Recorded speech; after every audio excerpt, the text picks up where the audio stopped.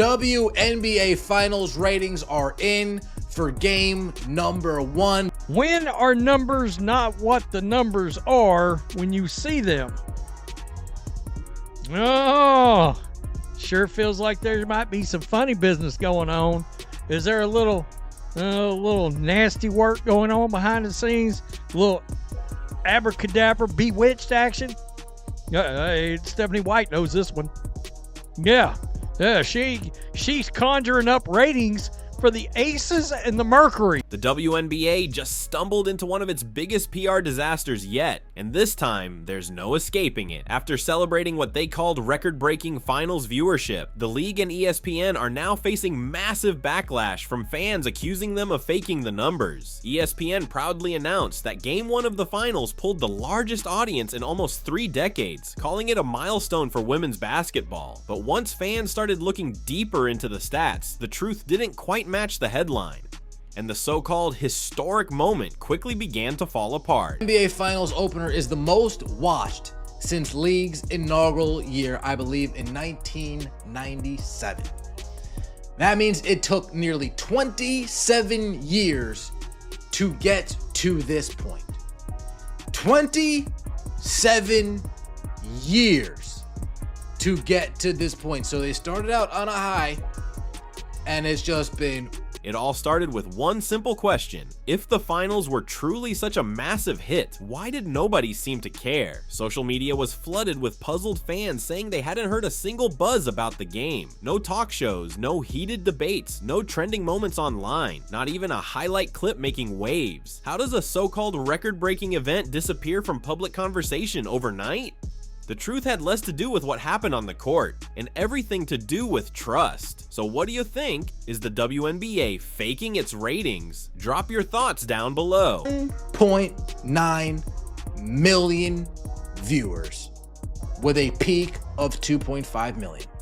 ESPN scores most watched Game 1 of the WNBA Finals in 28 years, behind only 1997's single game championship. When ESPN released its press statement, the network proudly announced that the WNBA Finals opener pulled in an average of 1.9 million viewers, peaking at 2.5 million. Headlines exploded, calling it the most watched finals since 1997. It sounded like the breakthrough moment the league had been chasing for years, solid proof that women's basketball had finally made it. But the excitement didn't last. Just hours later, analysts and fans began digging into the numbers, and that's when the story started to... I saw these ratings and went, my first literal response, oh, that's bullshit.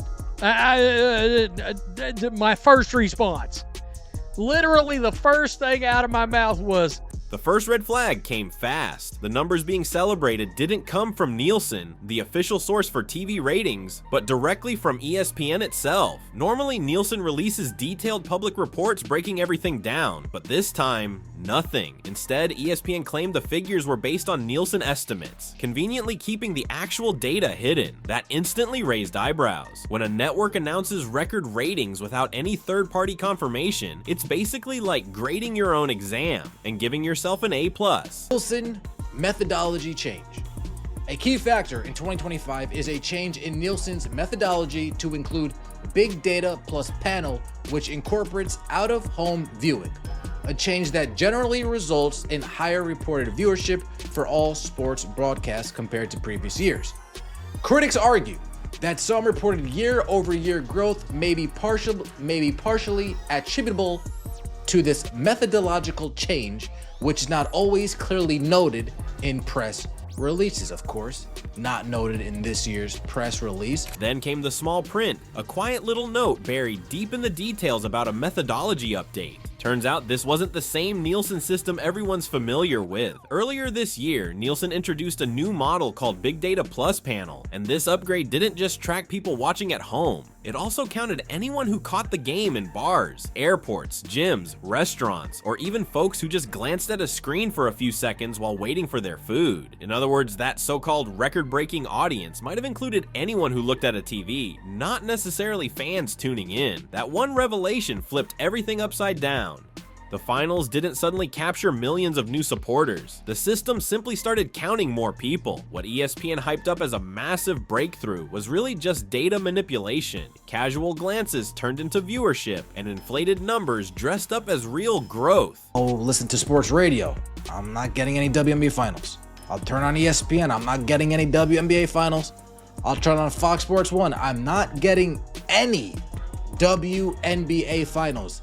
Nowhere I look do I see people really discussing the WNBA finals. And ESPN spits out 1.9 million viewers. Are these silent viewers? They very well may. Fans quickly started putting the puzzle together. If this really was the most watched finals since the 90s, why did it feel like nobody noticed? When a sporting event truly blows up, like the Super Bowl, March Madness, or even a random college bowl game, you can't escape it. Talk shows break down every play, social media explodes with memes and debates, and highlight reels flood every feed. But this time, silence. Even ESPN's own programs barely mentioned their so-called historic success. No viral moments, no trending clips, nothing. It didn't feel like a celebration. It felt like something was being hidden. And when fans started comparing the buzz to other sports, things got even stranger. NASCAR, MLB, even mid-season football games all had way more online engagement despite pulling smaller audiences. That's when the cracks in the story became impossible to ignore. If the WNBA really drew 2 million viewers, where was the cultural reaction? More and more people began to wonder if those viewers weren't actually fans at all, but ghosts in the data. How does it happen when literally nobody is talking about the actual? As backlash grew louder, even more troubling details surfaced. The official Nielsen report still hadn't been made public, leaving ESPN as the only source for the numbers. And that's when fans spotted the real issue. ESPN isn't just airing WNBA games, it's financially tied to the league. The WNBA's success directly boosts ESPN's profits through ads, sponsors, and brand deals. So the motivation to exaggerate those numbers, pretty obvious. Soon social media lit up. Reddit threads and X discussions accused ESPN of creating phantom viewers. Millions of supposed fans who somehow watched the game yet left zero footprint online. People started joking about ghost audiences, invisible fans that existed only on paper. Others compared it to Hollywood's box office tricks, inflating results to paint a picture of success, even when seats are empty. Before long, a new phrase started circulating in sports circles: manufactured success. I'm waiting for the official Nielsen ratings. ESPN likes to do some funny math. You can't find those numbers anywhere else. Every AI lists ESPN as the source, not Nielsen. Last time I checked, ESPN isn't in the ratings business. They're reporting their own ratings. Why did it take so long to put this out?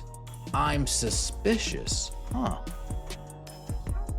Amazing for a game that couldn't even. By this point, ESPN and the WNBA had backed themselves into a corner. On paper, the numbers looked like a huge win, but in reality, the silence surrounding them was impossible to ignore. What was supposed to prove the league's growth had turned into a viral lesson in manipulation. Instead of celebrating progress, the WNBA was now facing embarrassment. And just when the debate seemed to reach its peak, a bigger truth came out. One that explained exactly how those ghost fans appeared in the first place. It all led back to Nielsen's new Big Data Plus system. On the surface, it was introduced to modernize how audiences are measured, but in practice, it blurred the line between someone actually watching and someone simply being near a screen. Bars, gyms, restaurants, even airport lounges, they all counted. So if someone walked past a TV showing the game or caught a few seconds on mute while waiting for a flight, they could still be registered as a viewer. Multiply that across thousands of public screens, and suddenly you've got millions of viewers who never really tuned in. Critics didn't hold back, calling it statistical steroids, an easy way to make struggling leagues look like they were booming. One analyst even joked, "It's like adding zeros to the scoreboard." Networks weren't technically lying, they just changed the definition of what a viewer was, and the timing, way too convenient. This upgrade rolled out right before the WNBA finals, perfect for ESPN and league execs to tout a so-called so-called historic milestone. Coincidence? Not likely. Insiders even admitted that this system tends to favor smaller sports, where just a little out-of-home viewing can cause massive percentage jumps. In other words, the WNBA's record-breaking finals didn't come from a spike in popularity. It came from a spike in math. For longtime sports media veterans, it was nothing new. Networks have been dressing up weak ratings for years, but this time, the stakes were much higher. The WNBA has spent the past 2 seasons riding the Caitlin Clark effect, a once-in-a-generation boost that brought real fans, real engagement, and real excitement. Losing that wave would be disastrous. With ticket sales plummeting and final seats going for as little as $6, the league needed a win, or at least the illusion of one, and ESPN gave it to them. But as more fans started comparing this year's finals to Caitlin Clark's rookie playoff run, the truth hit hard. During Clark's postseason games against the Connecticut Sun, viewership averaged 2.5 million, peaking near 3.4 million under the old Nielsen model. No inflated algorithms, no bar watchers, just millions of people watching live by choice. That comparison crushed the narrative. It proved that the WNBA's so-called growth wasn't organic. It was the afterglow of Caitlin Clark's impact. Her presence alone drew genuine national attention. Without her, the finals were forgettable. So forgettable, in fact, that ESPN had to enhance the numbers just to make them look relevant. The message couldn't have been clearer. The WNBA's biggest audience wasn't tuning in for the league itself. They were tuning in for Caitlin Clark. And instead of acknowledging that, the league and its media partners tried to rewrite the story. ESPN's press release credited overall league growth instead of giving Clark the recognition she earned. But the numbers didn't lie. Her playoff games nearly doubled the final's supposed ratings. And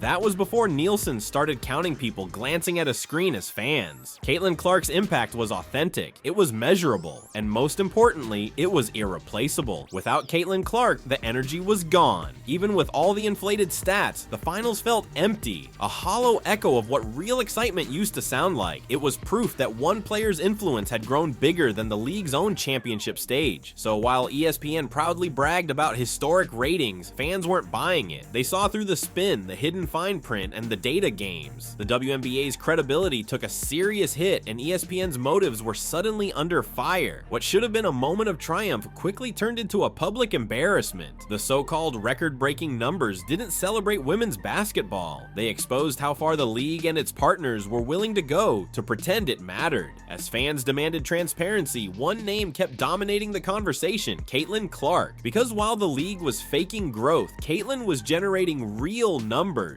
Real excitement, real fans. Whenever she stepped on the court, arenas sold out, ticket prices spiked, and engagement exploded online. The moment she wasn't playing, that buzz disappeared overnight. Caitlin Clark wasn't just lifting her own team, she was carrying the entire league into the national spotlight. She brought in new sponsors, new audiences, and a level of credibility the WNBA had been chasing for years. And yet, instead of giving her credit as the driving force behind their newfound relevance, league executives kept pretending the success was collective. But everyone knew the truth. She was the reason casual sports fans started paying attention again. She was the reason advertisers came running. Without her, the WNBA's momentum would have flatlined months ago. When analysts started digging into the numbers, the reality was undeniable. This so-called record season wasn't proof of sustainable growth. It was a desperate attempt to protect a fragile brand built almost entirely around one player. Looking back over a decade of data painted a brutal picture. From 2015 to 2022, the WNBA Finals ratings barely moved.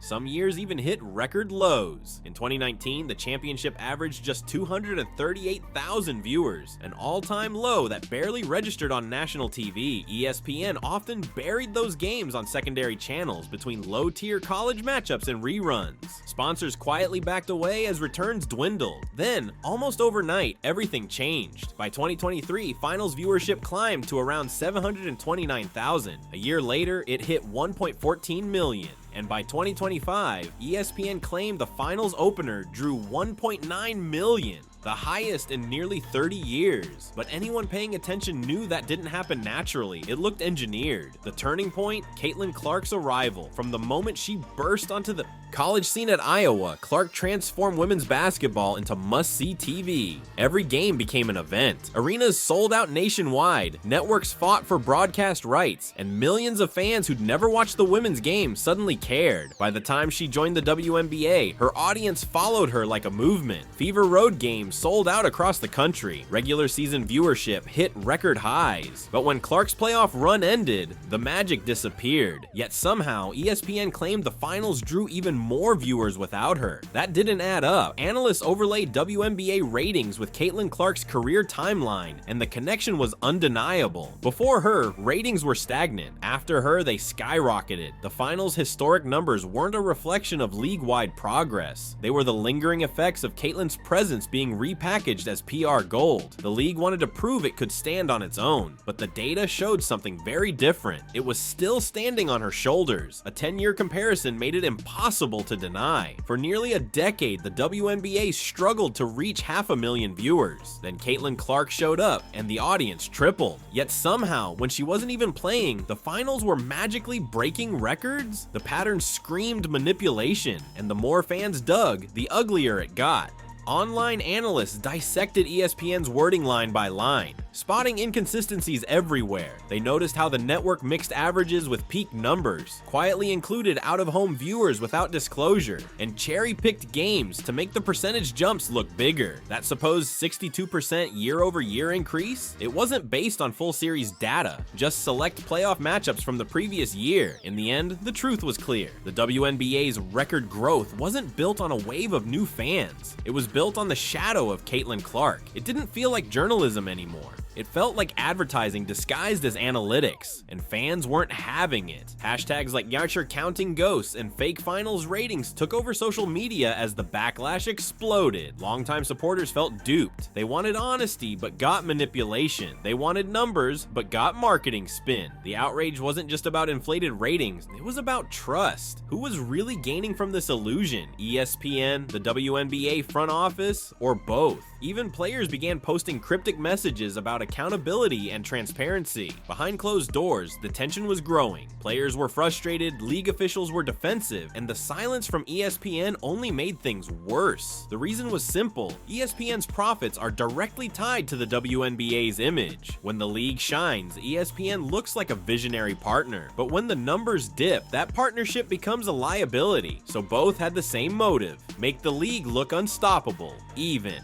If it meant bending the truth, analysts started calling it a shared illusion. ESPN needed advertisers to believe the WNBA was booming, while the league needed sponsors to keep buying in. Together, they found a clever way to inflate the story, and by leaning on the new Nielsen data system. That system didn't just count home viewers, it included bar patrons, gym screens, even random airport TVs. Technically, it wasn't lying, just stretching the definition of viewership, and it worked. For a while, major media outlets repeated ESPN's claims without checking the numbers, echoing the record-breaking headlines until the myth became accepted fact. But when fans started comparing the data to past seasons, everything unraveled. Suddenly, those same outlets looked complicit in spreading a fake success story. The irony couldn't be sharper. In trying to prove that the WNBA had arrived, ESPN and Commissioner Kathy Engelbert accidentally proved the opposite. Because real growth doesn't need exaggeration, it shows up in passion, energy, and genuine hype. All things that Caitlin Clark brings effortlessly. Clark doesn't need spin. Her influence is visible, measurable, and real. Even when she's off the court, her presence drives conversation and defines the league's relevance. Her absence during the finals exposed everything. The record viewership was never a celebration.